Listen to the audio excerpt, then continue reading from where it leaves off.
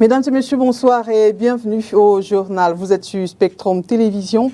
À la une de l'actualité de ce vendredi 13 septembre 2024, sport basketball. À côté des Lions qui tombent à court des Lions. Afrobasket U18 avec un score de 67-47 face au Maroc. Les Lions de la balle orange de moins de 18 ans offrent une revanche aux Lions tombés quelques heures plus tôt devant les Aigles maliennes. Avec cette victoire, les garçons filent en finale et sont même par là même qualifiés pour le prochain Afrobasket et le mondial Suisse 2025, pendant que les filles essaieront d'arracher une troisième place de cette compétition. Inondation à Yagua, dans le Mayo-Danaï, région de l'extrême nord. 350 millions de francs CFA débloqués en aide d'urgence aux sinistrés. Paula Tangandji, le ministre de l'administration territoriale, vient de donner un point de presse à Yaoundé. Nous l'écouterons dans ce journal. Et puis avocature. Une nouvelle page s'ouvre sur 649 avocats stagiaires de la région du littoral. Ils ont prêté serment au tribunal de grande instance du littoral ce vendredi 13. Loin d'être superstitieux, ceci arrive 10 ans après le dernier examen d'entrée au barreau. Mesdames et messieurs, une fois de plus, bonsoir et bienvenue à cette édition bilingue d'information. Nous démarrons tout de suite en langue anglaise et c'est avec vous, Nila Donette. Good evening. Good evening to you, Oriane Donkeng, and good evening to every viewer of Spectrum Television.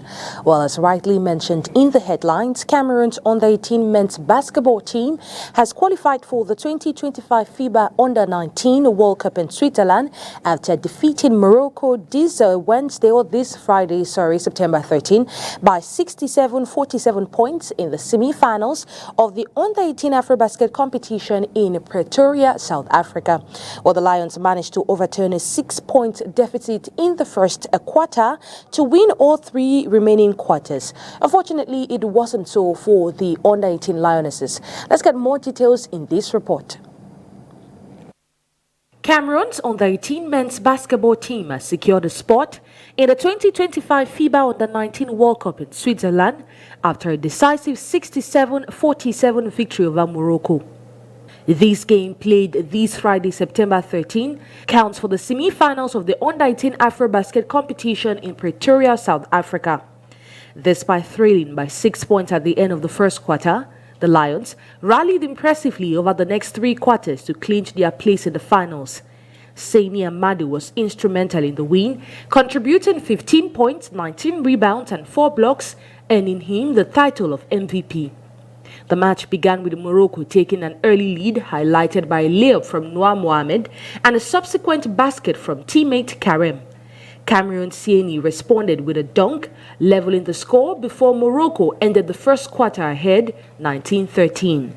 In the second quarter, Cameroon capitalized on free throws and a defensive steals, turning the Tides to lead 32-29 at halftime.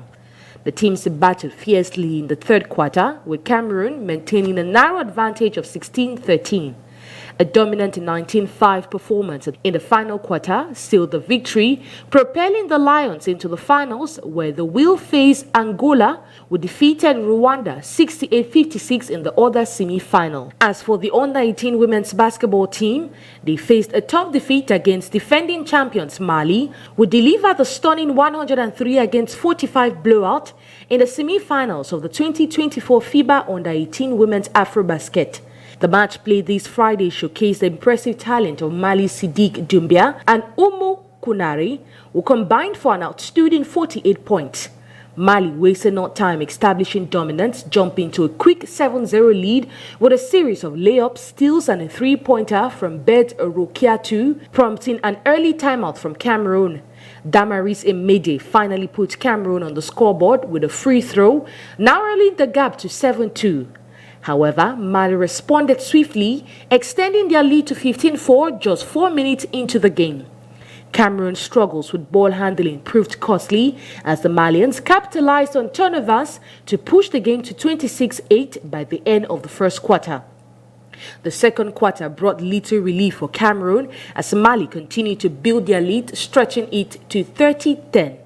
The quarter concluded with Mali scoring 14 and Cameroon 12, but Mali's advantage was firmly established. In the third quarter, the Malians regained their momentum, dominating Cameroon with a 35-12 scoring run. The final quarter saw the West Africans maintain their intensity, finishing strong with a 28-11 performance to seal the victory. Despite Emeje's impressive double-double of 18 points and 11 rebounds, it was not enough to lift Cameroon to the finals. The team struggled with ball security, committing 38 turnovers that allow Mali to capitalize with 35 points of those mistakes. Additionally, Mali excelled in fast breaks points, 47 against 8, and in steals, 28 against 5. Cameroon will play Uganda in the third-place match this Saturday. Et puis, comme annoncé en titre, suite aux inondations survenues dans l'extrême nord Cameroun, notamment dans le Mayo d'Anaï, dont le bilan provisoire ce matin fait état de 11 morts, 2000 personnes impactées, 103 000 hectares de cultures détruites, 185 écoles primaires inondées, 13 lycées perdus, 8000 maisons détruites. Paul Atangandji, le ministre de l'administration territoriale, donne en ce moment même un point de presse à Yaoundé. Ce qu'il faut retenir, c'est 350 millions de francs CFA débloqués en aide d'urgence. Une cinquantaine de camions sont en route avec un matériel d'urgence pour l'extrême nord. Je vous propose à présent d'écouter Paul Atangandji, le ministre de l'administration territoriale, est au micro de Spectrum Télévision. Dans plusieurs départements de notre pays, le cas le plus important a été enregistré dans le département de Mayo d'Anaï. Ces fortes pluies ont causé des inondations dans plusieurs arrondissements de ce département.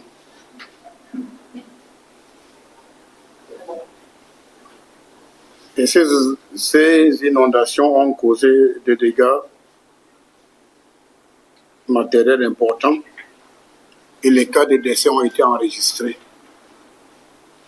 Aussitôt informé, le chef d'État, son Excellence Paul Biya, a donné une instruction ferme au ministre de l'administration territoriale de faire une évaluation de la situation et de produire un rapport de circonstances. Lorsque nous avons transmis ce rapport à la très haute attention du chef de l'État, le chef de l'État, comme d'habitude, a réagi promptement avec des décisions très très importantes en faveur des populations sinistrées. Apporter secours aux personnes sinistrées. Depuis un certain temps, depuis quelques jours, vous avez aussi constaté que ces inondations ne concernent pas seulement le Cameroun.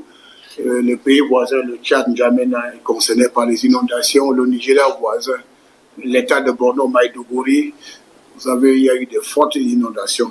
Alors c'est le changement climatique qui est la principale cause de ces précipitations, de ces fortes pluies qui malheureusement viennent avec beaucoup de dégâts. Alors l'instruction du chef d'État est claire, nous devons anticiper sur ces dangers. Donc, avec cette aide du chef d'État, les populations vont recevoir une dotation, ils vont recevoir une assistance. Et le chef de l'État a d'ailleurs instruit le MINAT de conduire une délégation pour superviser la distribution de cette aide présidentielle qui est spéciale.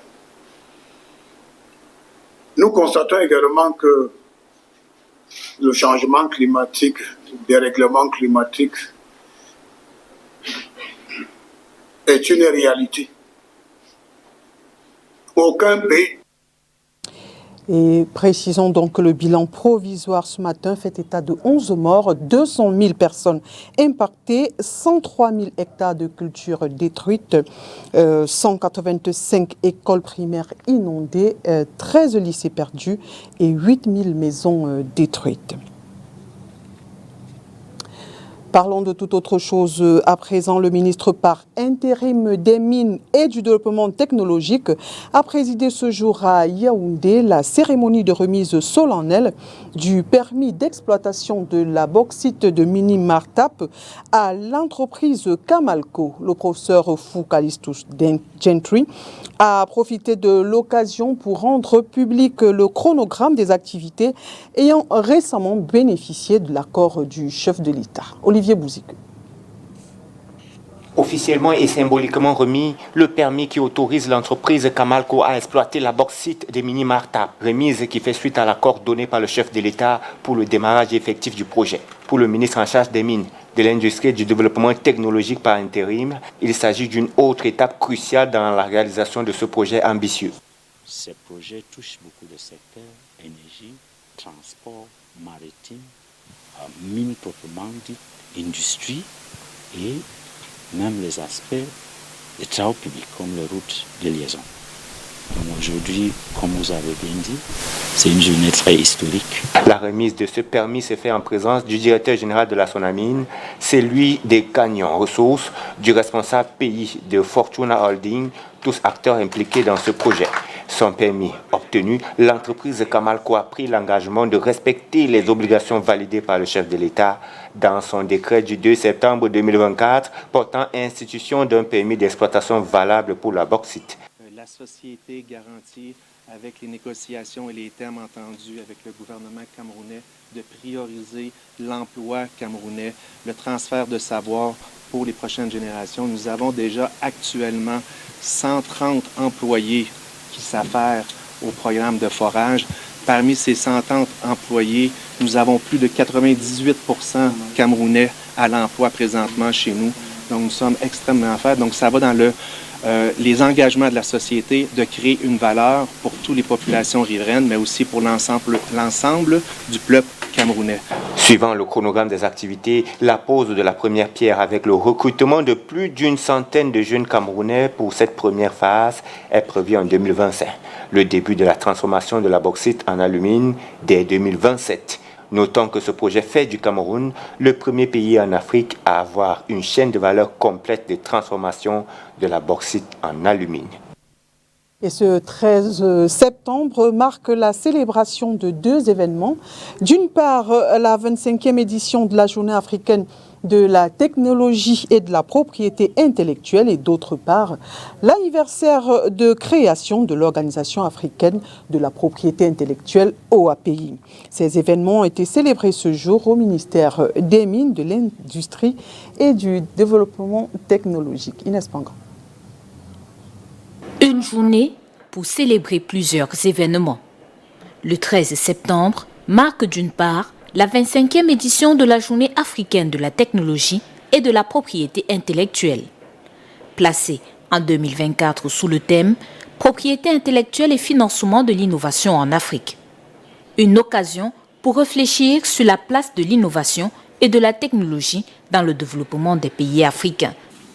L'objectif principal visé étant le renforcement de la volonté des pays africains et de la société civile à réfléchir aux politiques stratégiques et pratiques impliquant la propriété intellectuelle et la technologie pour répondre aux défis de développement technologique du continent.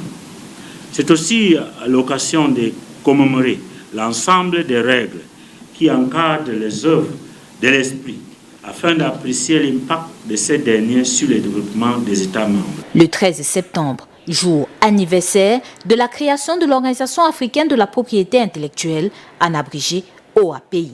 Le 13 septembre coïncide également avec la célébration de la création de l'Organisation africaine de la propriété intellectuelle, l'OAPI, une institution régionale africaine chargée notamment de la protection de la propriété intellectuelle et de la diffusion de l'information technique pour promouvoir le développement technologique.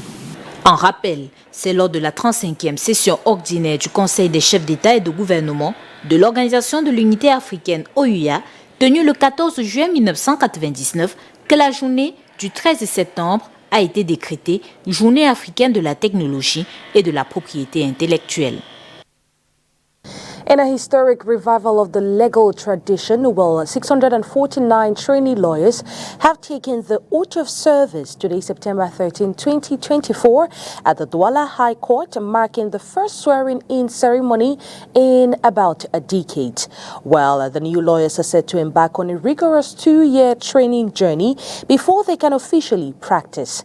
Highlights of these events with our reporters Crystal Asexwele and Julie Paul.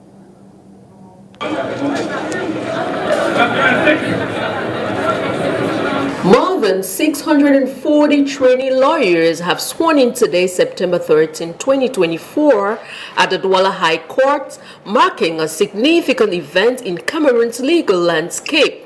This ceremony, that was attended by key political and judicial figures, including the governor of the Littoral region and Attorney General, highlights the re-establishment of the bar training program after over a decade.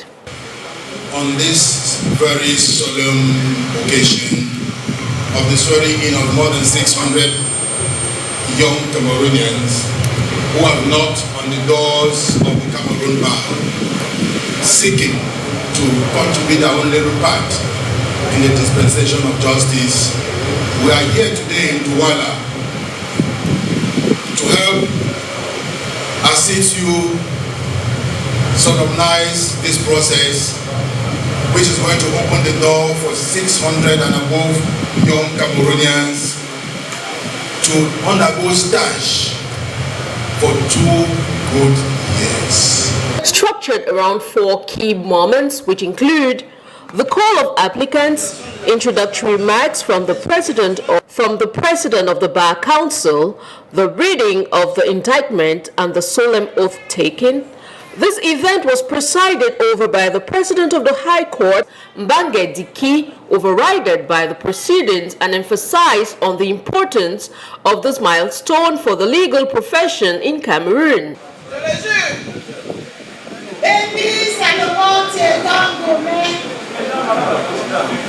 I do so swear. The newly sworn-in lawyers, however, will have to undergo 2 years of training in law firms before taking the exit exam necessary to obtain their certificate of aptitude for the legal profession. It has been an honor for me to serve the people and to defend their rights. Today I take this oath that will permit me to be able to defend the rights of the underprivileged, the less privileged. So this is something I've always dreamed of, and as a member of parliament, being a legal mind will also permit me to appreciate laws that we are voting in parliament that will impact the lives of Cameroonians. So it is a very big milestone for me and great achievement in 2 senses: that to defend the underprivileged and that to appreciate laws in parliament that we vote that will affect the lives of Cameroonians. Thank you. This notwithstanding, the revival of the swearing-in ceremony signaled a renewed commitment to enhancing legal education and practice in the country, hence reflecting the ongoing efforts to strengthen the judiciary and legal framework in Cameroon.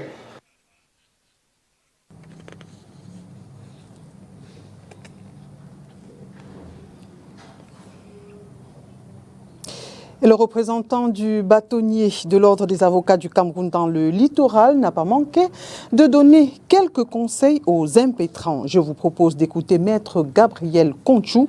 Il est au micro de Spectrum Télévision. Un avocat, comme ils le seront bientôt, bien qu'étant des apprenants, est quelqu'un qui vit dans son esprit, qui vit son avocature dans son être et dans son caractère. La fierté de l'avocat est le corollaire de son indépendance. Les chefs des impétrants devraient savoir que leur comportement sera jugé dès après la prestation de serment en rapport avec les obligations déontologiques qui s'imposent à eux.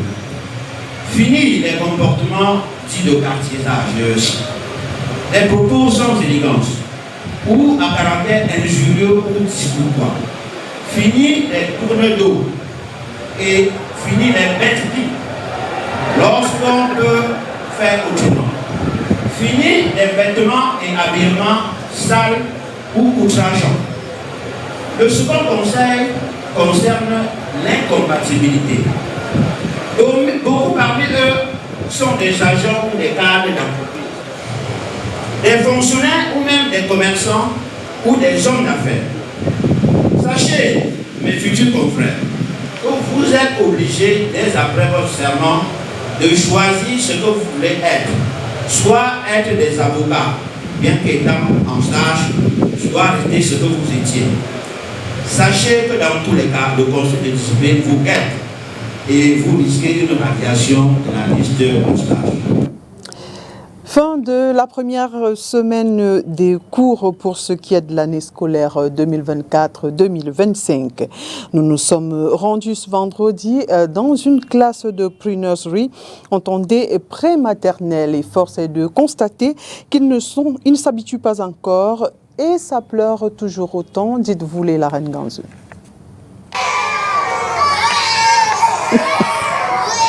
Au milieu de ce concert de pleurs, son sourire, un peu comme si elle n'appartient pas à cet environnement de larmes. 5e jour de classe, année scolaire 2024-2025, il n'arrive toujours pas à s'adapter. Généralement, vous savez, les tout petits, les bouts de chou, ils ont quitté la cellule familiale pour un milieu inconnu. Donc, quand ils pleurent, ce que nous pouvons faire, c'est leur donner plus de câlins. Des câlins et encore des câlins pour les rassurer. Parce que vous voyez, ils cherchent sur quelle poitrine reposer leur petite tête et puis voilà, quoi, ça les rassure.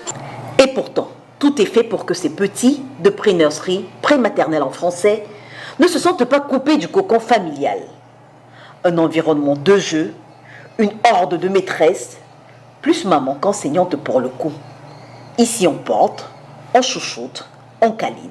Oh, when they are just coming, from the beginning, we just treat them like at home. Vu qu'ils ne sont pas habitués à cet environnement, nous les traitons comme s'ils étaient à la maison.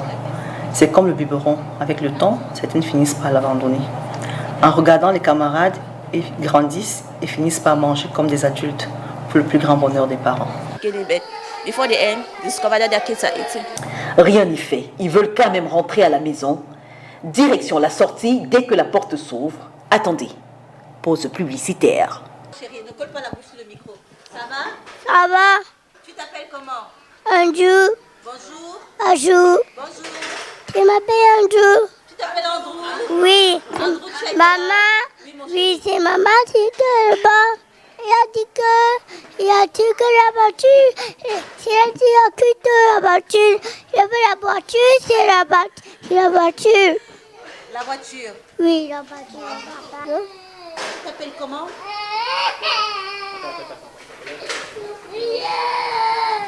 Bonjour.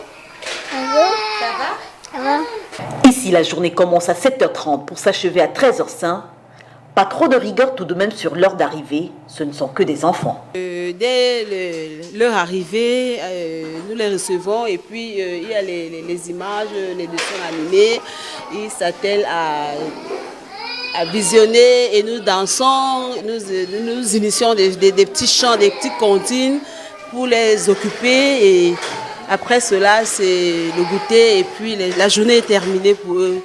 À partir du mois prochain, le programme va changer. Mais pour le moment, c'est encore l'accueil et la réception. Ça pleure, ça dort, ça pleure, ça joue, ça pleure, ça mange et ça pleure encore. Un véritable concours de patience pour ces enseignantes. D'ici 2 semaines, ils seront déjà habitués à l'environnement et avec le staff qui est hautement qualifié. Ils ont une manière particulière de s'occuper, de prendre les enfants. Ça va aller. 2 semaines tout au plus. 11h05, fin de l'immersion dans cette classe de pré-nursery. Commentaire, nous sommes bien contents d'en sortir. Heureusement qu'ils finiront par s'habituer au système de l'école, un peu comme leur aîné de nursery tout. On a du mal à le croire comme ça, mais il y a 2 ans, les pleureurs, c'était eux. News out of the country. Well, Pope Francis is in Singapore Pope Francis is in Singapore for the final leg of his tour of Asia and Oceania. Well, it has been the longest and farthest trip of his tenure, taken in 4 countries and covering more than 30,000 kilometers. Well, he has delivered a message of interfaith harmony throughout, and as the VOA reports, that theme will be prominent during his stay in the Southeast Asian Financial Hub. More with the Voice of America. Pope Francis is ending his Asia-Pacific tour as he started it, by visiting a country where Catholics are a minority. Singapore's just under 400,000 Catholics make up less than 10% of its population. The many Filipinos who live and work in the city-state are big contributors to Catholicism in the country. Sharon Nicholas is one of them. She runs a salon in the centre of Singapore. We all excited to seeing Pope, because not everyone there's a chance to sing Pope, but we are trying to be blessed by Pope. Nicholas has lived in Singapore for over 18 years, setting up a business in one of the world's most religiously diverse countries. In our shops, actually, we are all different race, like not only Chinese, Muslims. So when we gathering to each other, for us it's only like one religion in one race. Religious harmony has been a recurring theme on this tour. On the first leg in Indonesia, Francis visited Southeast Asia's largest mosque, signing a joint declaration with Grand Imam Nazaruddin Umar, calling for religious tolerance and an end to extremism. That theme will continue in Singapore when young people from different faiths are set to meet the Pope. When I first got the news, I didn't believe it. I just couldn't fathom that as a Hindu youth I had been chosen. Raj will share the stage with the Pope Friday and hopes to tell him about the religious harmony that is a bedrock of Singaporean society. In Singapore, we should continue to honour each other and bring our communities together through dialogue, through engagements, through shared experiences. Francis also wanted to shine a light on the struggles facing people in remote places. In Papua New Guinea, he delivered medical supplies to a tiny township deep in the jungle. He also called for an end to the tribal violence that has killed dozens in recent months. The penultimate stop on this trip was a visit to deeply Catholic East Timor. Over 500,000 people attended a mass in the capital Dili, nearly half the population. But there was a darker side to this leg of the tour, with the Vatican facing questions over a sexual abuse scandal involving a prominent bishop previously based in the country. Francis only made a veiled reference to the case during his stay. There is a need to recognize the victim at the local level and to help them to move forward. So this cancer of sex abuse is a collective duty. The 87-year-old Pope will return to Rome after nearly 2 weeks away, bringing to an end a gruelling tour that has been his longest ever. 12 days on the road. With hope from the Vatican, the tour will have a much longer-lasting impact on harmony between religions. Adam Hancock, VOA News, Singapore. Suivons à présent l'actualité dans les pays du continent, dans le Round-up Afrique, avec VOA. Le président sud-africain Cyril Ramaphosa a promulgué ce vendredi une loi sur l'éducation qui fracture le gouvernement d'unité nationale. L'Alliance démocratique, principale formation de l'opposition, a menacé jeudi de quitter le gouvernement, ce qui priverait le président de majorité parlementaire. L'ancien président du Botswana, Ian Khama, sous le coup d'un mandat d'arrêt, est revenu pour la première fois depuis 3 ans dans son pays vendredi, un retour surprise à l'approche des élections générales prévues en octobre. Il était exilé en Afrique du Sud depuis novembre 2021. La police tanzanienne a interdit vendredi au principal parti d'opposition, Chadema, d'organiser des manifestations pour protester contre les disparitions de plusieurs de ses membres. Le chef du parti a appelé mercredi à descendre dans les rues, accusant les autorités de meurtre et d'enlèvement. Le président sénégalais Bassirou Diomaye Faye a dissous jeudi l'Assemblée nationale dirigée par l'opposition. La dissolution du Parlement ouvre la voie à des élections législatives anticipées qui ont été fixées au 17 novembre. Et revenons sur cette information nationale avant de clore ce journal. Inondation à Yagua dans le Mayodana et région de l'extrême nord. Maurice Kamto appelle à un élan de solidarité en faveur des populations de cette région. Le président du MRC qui dit connaître le sens de l'humanisme, d'empathie et de solidarité, des valeurs cardinales à nos sociétés africaines, lance un SOS extrême nord. Il est question surtout de faire en sorte que les frères et sœurs sinistrés de cette région ressentent la chaleur de l'appartenance à la grande famille de la nation camerounaise. Voilà donc qui met un terme à cette édition d'information. Mesdames et messieurs, merci d'avoir été des nôtres et bon début de week-end en compagnie des programmes de Spectrum Télévision. Bonne soirée à vous, Onila Dono. Good night to you, Ryan Donkeng, and good night to you, all viewers of Spectrum Television. See you tomorrow, same time, same station. We got a billion.